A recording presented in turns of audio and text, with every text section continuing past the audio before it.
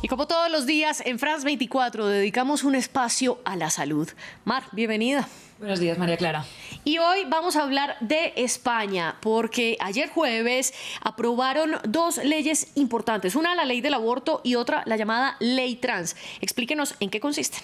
Pues son unas reformas que regulan varias cosas, pero que tienen muchas implicaciones también sobre la salud de las personas y de las mujeres, y en eso nos vamos a centrar en este espacio. Empezamos con la reforma a la ley del aborto, ¿no? Que recordemos que ya era legal en España desde hace 13 años, pero que se han introducido algunos cambios para solucionar sobre todo problemas de acceso a este servicio. Quizás el punto más importante es que jóvenes de 16 y 17 años puedan acceder al servicio de aborto, de interrupción del embarazo sin consentimiento parental, para evitar, pues, según sus defensores, que vayan a abortar de formas clandestinas si su familia no les apoya en esta decisión.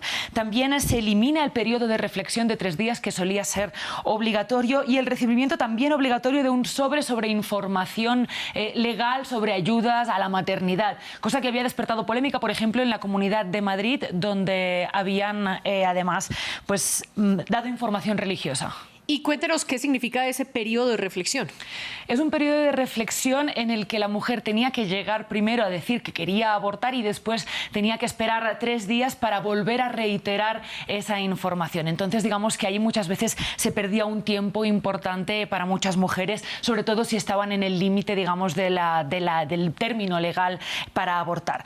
Otra de las reglas que se ha incluido es el registro de objetores de conciencia. El principal problema, por ejemplo, de acceso al aborto era que muchos servicios públicos que deberían estar ofertando este servicio se declaraban objetores de conciencia, que no querer practicarlo. Entonces muchas mujeres tenían, por ejemplo, que desplazarse hasta clínicas privadas si no existían en sus vecindades. Eso pues pasa mucho en poblaciones más rurales, digamos, y eso también provocaba muchos retrasos, muchos problemas de acceso. Y por último, también la incompatibilidad entre ser objetor y formar parte de un comité clínico que tome decisiones sobre casos concretos de aborto. Entonces, bueno, estas han sido, digamos, las reformas principales que se han incluido.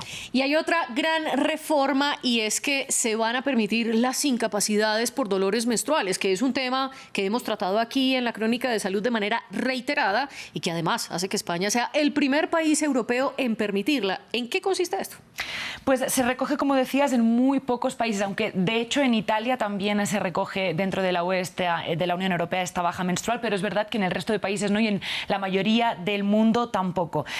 ¿Cómo se va a tramitar esta ley? Pues primero se necesita un diagnóstico previo de patología, un diagnóstico previo de enfermedad, ¿no?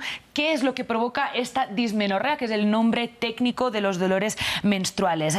Primero, pues que si la regla causa, recordémoslo, dolores incapacitantes, no es normal, deberíamos acudir a un médico y encontrar qué es lo que está haciendo este tipo de dolores. Por ejemplo, la endometriosis es una enfermedad que aqueja a un 10% más o menos de la población. Quistes en los ovarios también puede ser uno de los motivos que estén detrás de estas reglas dolorosas. Uno de los cambios, además, de esta ley es que este subsidio, digamos, por la baja laboral, se va a dar desde el primer día. Eso que pasaba antes se daba a partir del 4.º día, normalmente con los dolores menstruales en el 4.º día ya no aquejan a la persona. Entonces eso provocaba que hubiera diferencias salariales importantes entre hombres y mujeres, ¿no? Si al final cada mes se perdían 2 días, por ejemplo, de salario, pues hay una desigualdad al final de mes que se va acumulando también con los años, y esta ley intenta pues igualar el terreno de juego en este sentido.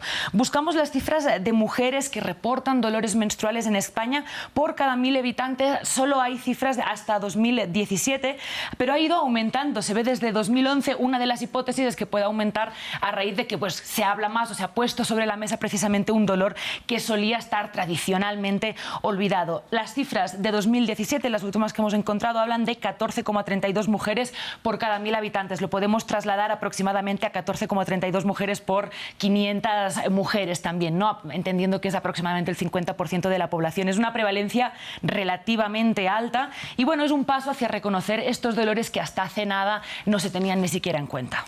Y no solo se dio un paso en ese sentido, sino que también se aprobó la llamada ley trans. Esto luego de que Escocia, por ejemplo, estuvo en una polémica que terminó con la salida de la ministra principal, Nicola Sturgeon, quien defendió flexibilizar las leyes para que las personas puedan cambiarse de sexo legalmente.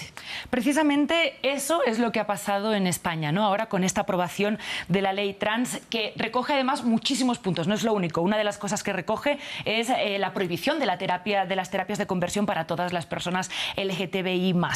Prohíbe también, por cierto, la modificación genital para personas intersex menores de 12 años. Esto es un problema del que no hablamos tanto, por ejemplo, pero hay muchas personas intersex, es decir, que nacen con genitales, digamos, que no se pueden definir fácilmente si son del sexo femenino o masculino, y son sometidas a cirugías no por motivos de salud, sino para encajar, digamos, en alguno de los dos géneros sin que la persona tenga autonomía para decidir, uno, si quiere someterse a esa cirugía, y dos, hacia qué género querría, o si incluso quiere irse hacia alguno de los dos géneros en el espectro de lo binario. Entonces, eso también va a quedar prohibido. También blinda la reproducción asistida para mujeres lesbianas o bisexuales o mujeres que quieran gestar solas, que el gobierno conservador del Partido Popular en 2014 las había excluido del acceso a través de la salud pública a esta reproducción asistida. Pero, como decías y como mencionabas al principio, quizás uno de los puntos más importantes o que más polémica también ha generado es lo que se conoce como esa autodeterminación de género, aunque la ley no use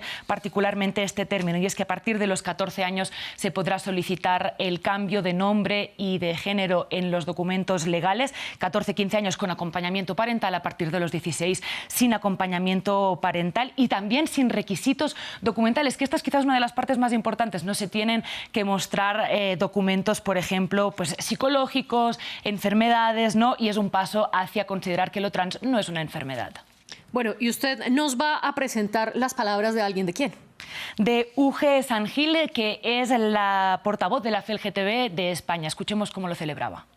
La ley prevé la libre autodeterminación del género, el que yo pueda cambiar mi nombre y sexo en el registro civil sin testigos ni certificaciones médicas. Por lo tanto, incluye la despatologización. Las personas trans no somos enfermas. Las personas trans podremos ir al registro civil a cambiar nuestro nombre y DNI a partir de los 16 años con total libertad. Bueno, sin duda, entonces España está dando grandes pasos por la salud de las personas. Así estamos, María Clara. Gracias, Mar, por toda la información. Hasta el lunes.